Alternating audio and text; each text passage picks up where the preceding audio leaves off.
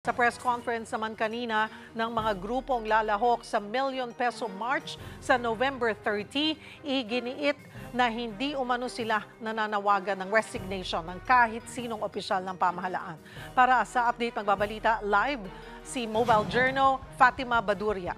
Fatima, ano-anong grupo ang nandyan at ano raw ang magiging panawagan nila sa November 30?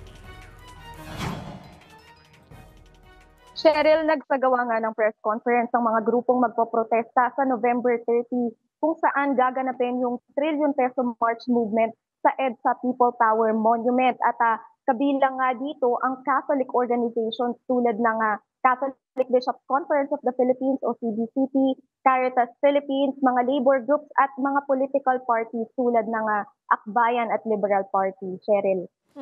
Pero nitong weekend, may ilang grupo na nagsabing mananawagan sila ng Transition Council sakaling makumbinsi ngang magbitiw ang matataas na opisyal ng pamahalaan. Hindi ba sila kasama sa mga grupong nag-press con ngayong araw?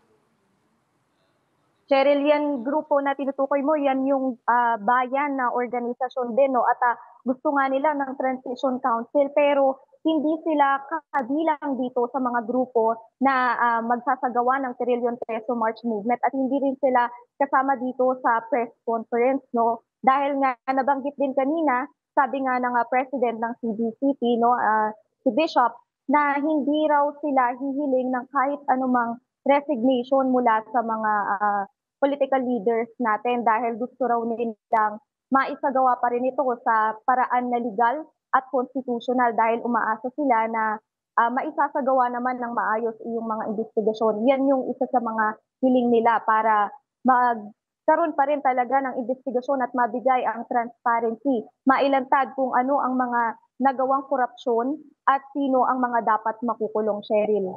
Ano-ano raw ang dapat asahan sa programa sa November 30?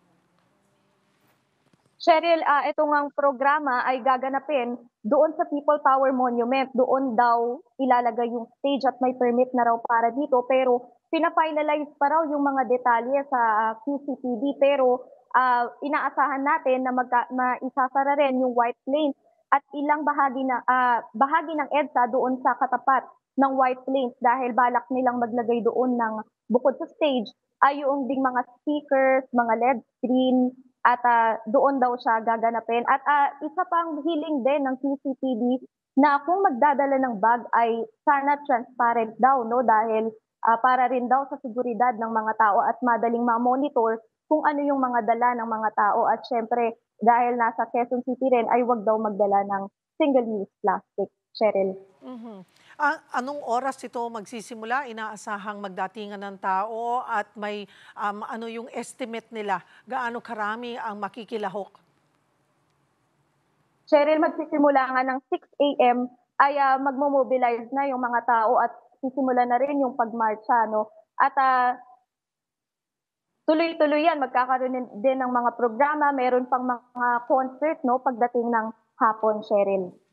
Okay, inaasahan ba itong buong araw hanggang gabi or posible bang umabot to ng hanggang kinabukasan pa or talagang buong araw lang ng November 30?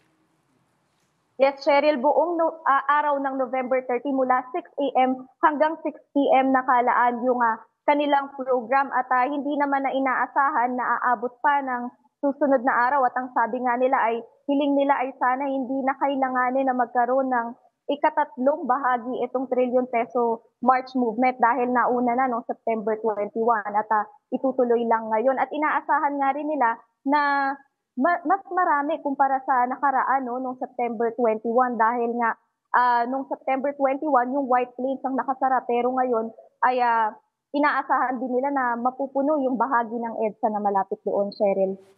Maraming salamat, Mobile Journal Fatima Baduria.